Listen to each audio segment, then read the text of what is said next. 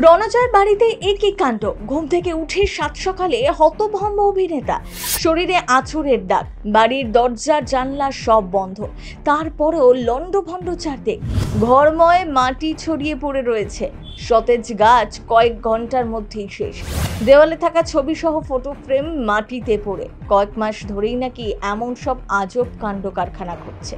রণজয়ের ফ্ল্যাটে কি তাহলে ভূতের উপদ্রব? হঠাৎ করে কি হচ্ছে অভিনেতার সাথে?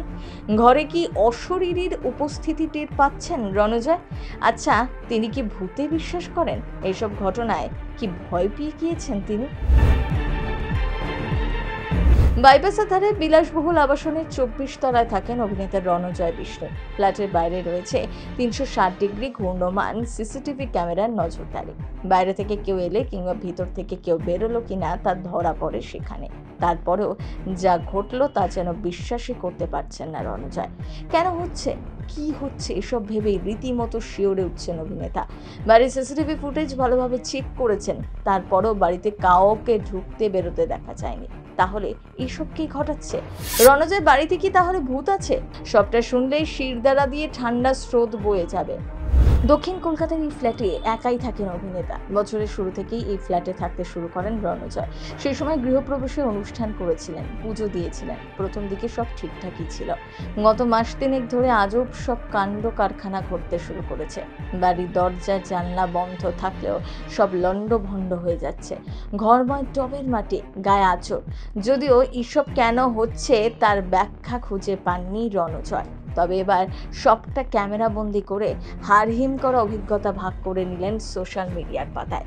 সেই ভিডিওতে দেখা গিয়েছে কাঁচ ভেঙে ছড়িয়ে রয়েছে গোটা ঘরে, গাছের ডালপালা ভেঙে বেডরুমের মেঝে, টবের মাটি এ প্রান্ত থেকে ও প্রান্ত ছড়ানো। অভিনেতার ছবিও পড়ে রয়েছে মেঝেতে। অভিনেতার দাবি, তিনি নাকি এর আগে তারাপীঠের শ্মশানে গিয়ে রাতও কাটিয়ে এসেছেন। ভূতে ভয় নাকি তিনি পান না।